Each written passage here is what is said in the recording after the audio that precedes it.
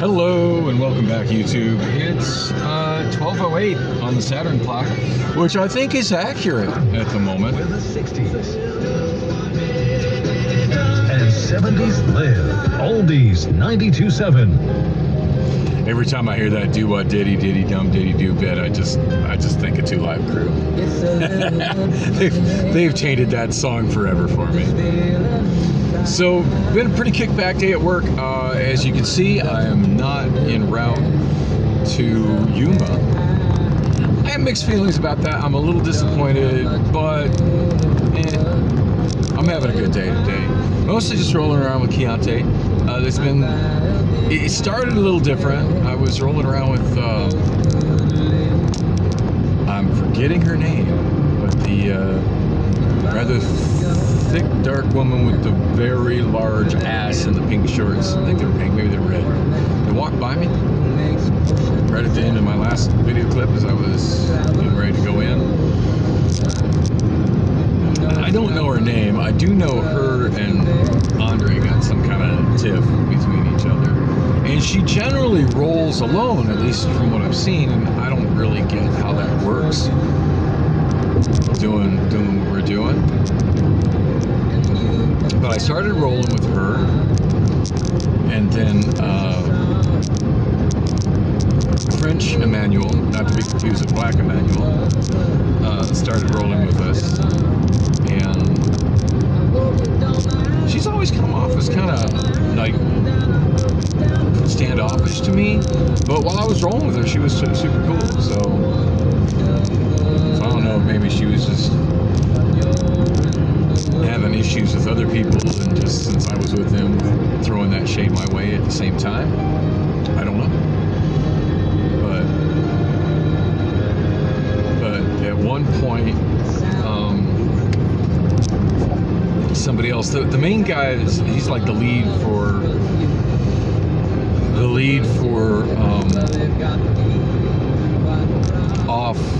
off-site maintenance runs, and I forget his name. He's a big Mexican dude.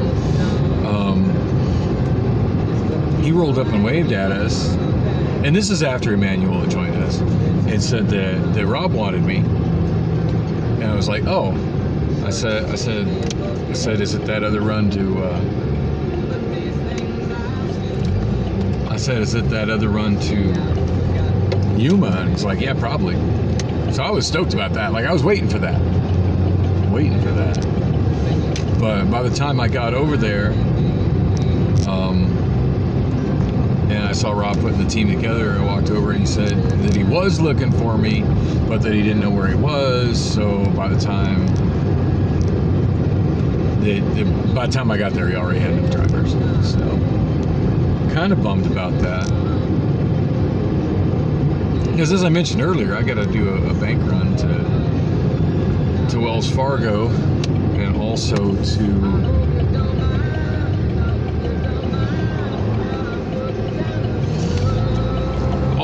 probably to Chase. I think today I'm not going to mess with my rent. I'm just going to make sure I got my storage rent covered, which seems like I'm having whack priorities, because obviously my apartment is more important than my storage, but I know the people that are Bevan's boss don't really give her any leeway. They don't really give her any leeway on late fees and shit like that. No discretion to be like, yeah, this guy's normal, he's just stealing, this guy's a generally consistently good customer, he's had storage here over a decade, he just needs a little extra hang time because he's working a lot, like, they don't give her the discretion to make that call. And I expect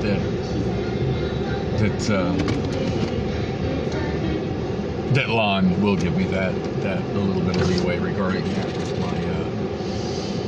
with my rent. I don't come down here to Central very often, South Central, so it always trips me out to see the progress they're making on adding the light rail on the southern corridor. Anyway, I'm popping in the bank. I shall be back soon. Well, that took entirely too long. I definitely had enough time to do the drive and do the drive back, but I didn't bank on the bank being so goddamn slow. It's 12:50. I should have been back at work 20 minutes ago. I don't think I'll get fired over it. In fact, I think there's a good chance nobody will even notice, except for Keontae, and he ain't gonna say shit. But I notice, and I care. I kind of try to hold myself to a higher standard than that. But on the same token, this had to be done. And without my debit card, I have no freaking clue where my debit card has disappeared to. I got no choice. I definitely need to get my storage rent paid, which I don't think leaves enough money for my apartment rent, but it's Wednesday. I forget what time my direct deposit hit for MLS last week, but I know it hit like on Thursday. I feel like it hit during work on Thursday, so I should be fine to pay my rent, my apartment rent tomorrow. I cannot believe not only how long that line was inside the Wells Fargo branch, but just how slow moving that line was. They had 2 tellers, total 2 tellers. And that branch is busy because they've closed other nearby adjacent branches. Now, granted, the closest branch to me was probably the one over at, the brand new one. I'm trying to remember exactly where it is. Let's say Washington and Central. I think that's where it is. And it's one that I generally use. I don't think I've ever actually gone in the branch, but I do regularly use that ATM when I'm getting on and off the light rail. And it's convenient, but that doesn't do me any good when I don't know where the hell my card is.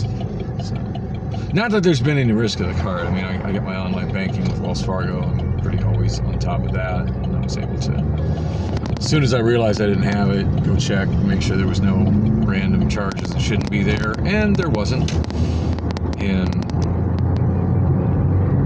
then go through and freeze the card via the app. Anyway, while I was in the long wait, in the long line at that Wells Fargo branch, I went ahead and went through my online banking, made sure, I looked to see what the impact would be of replacing the card. The most inconvenient thing about replacing a card is whatever auto payments are tied to it. Because when they replace it, they always replace it with a different card number. There's no option to request an identical card, which to me is really frustrating. By the way, how'd you like that jump cut? It was like magical. I just suddenly was on a different road. Yeah, that's because Obamaphone 3 ran out of space again. I'm juggling space on Obamaphone 3, and it just is what it is. I don't have money to buy another micro SD card right now, so I'm just making the best I can with what I got. So I'm back on the blue phone for the moment. So as I was saying, yeah, that's the most inconvenient thing. So I went through my online banking, and at least in that general area of the Wells Fargo app, there's a place where you can look at all your recurring payments to see how they're pulling from your account. Damn it. The traffic was spaced just in such a way I couldn't turn left there. And I turned right here because there was a lot of traffic back up on 7th Street going north. So I was thinking this might be quicker than waiting out that traffic trying to get to I-17. As long as it took me to make that left, it's debatable. I think that's University that I just used. I'm not sure if that's I'm not sure if that's University or Elwood that I just used. That's one of those back roads. Yeah, definitely not University, because this is University here. That's one of those back roads that I used on the regular when I was a cab driver and I would get down here. And damned if I can remember the name of it, because there's not anything, like it's light industrial along it, and I don't think I've ever picked up a fare or dropped off a fare on anything that I accessed by that road. But I found that handy to get back and forth between 16th Street and 17th Street in this little bit of development that's north of the Salt River and south of I-17. Traffic not playing nice with me at all. I'm going to be over a half hour late coming back from what was supposed to be a 30-minute break. So yeah, I just disappeared. I'm taking over a 30-minute lunch. At this point, I gotta go talk to Rob. You know, if I was maybe 15, 20 minutes late,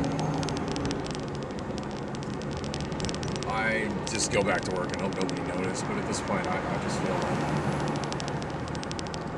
if I don't go tell Rob, hey, this happened, and I'm sorry, but I absolutely had to withdraw the so I can pay my rent because my debit card is missing. Like, if I don't just tell him what's up, I don't want to think I'm the kind of guy that is cool with stealing time. In fact, I really feel like the crew yesterday was stealing time in a big way, taking that long to get back to the point where we're all there after our shift, getting back from Yuma. And I don't want any bad will with the crew that does those trips, because I love doing those trips. But on the same token, that was ridiculous. And I had things I needed to do after work, and just fucked it all up.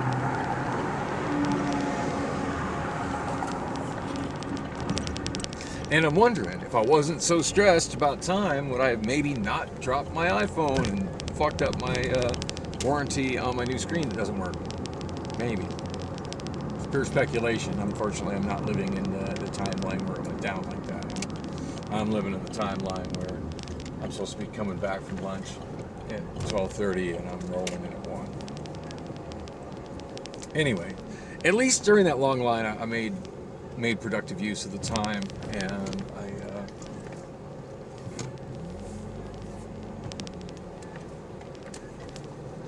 there's parking over on that other side there, and I've never used it before, but I've noticed some of the other employees do. I actually came out that gate with Keontae, but I think I'm just going to go ahead and park over here where I usually park, just because I just know how my brain works. If I'm parked in someplace different than my normal spot, I'll come to my normal spot and freak out because where's my car? Do not take that spot on the left.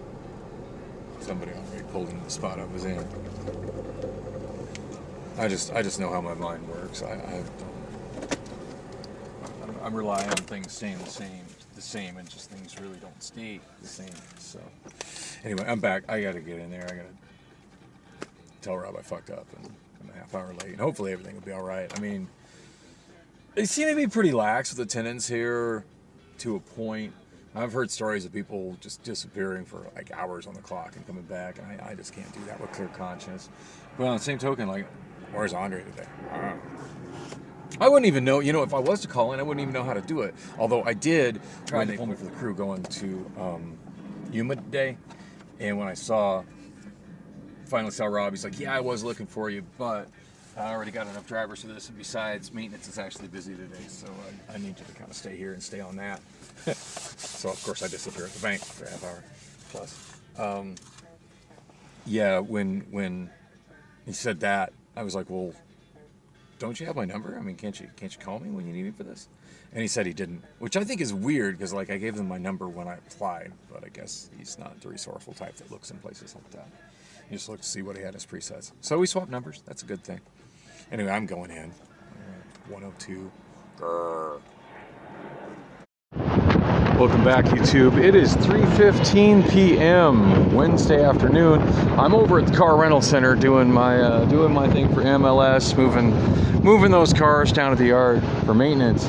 And this fire broke out a little bit ago, somewhere south of downtown Phoenix, maybe southwest of downtown Phoenix. It looks fucking massive from here. And I can hear sirens approaching from my left. I don't know what it is, but check it out. It is just completely covering the south end of downtown Phoenix in smoke. And I can't really pinpoint it from here. That intersection right there, by the way, that's 16th Street and Mojave. I can smell it over here. It's not good, but it's been going in for a while. I've been listening to KTAR and I haven't heard any mention of what it is, but man, it seems like every day something burning up in here. So as if the giant fire to the west wasn't weird enough, there's been something else really strange happening at work today. I'm driving a Mustang and I'm trying to find my damn seatbelt. For some reason in these Mustangs, the seatbelt goes way behind the seat. Totally driving with my knees right now. For some reason, about 3/4 of every vehicle that I'm moving today has had the language changed to French. I don't know if it was somehow done over the network to where it affected almost every car. I mean, occasionally we get one or two cars that are in another language, but look at this. It's like the whole interface of the car, and it doesn't seem to want to focus on the screen, but yeah, like they're showing it there, showing it like that one there. Like, I don't know how to read French, but I know that means it needs its oil changed. So, you know, not hard to diagnose this as something that goes into the PM's line to get the oil changed, but I don't know what's up with all the cars operating in French right now. And then off to the left, giant plume of smoke from massive fire. Anyway, been an interesting day, even without the trip to Yuma.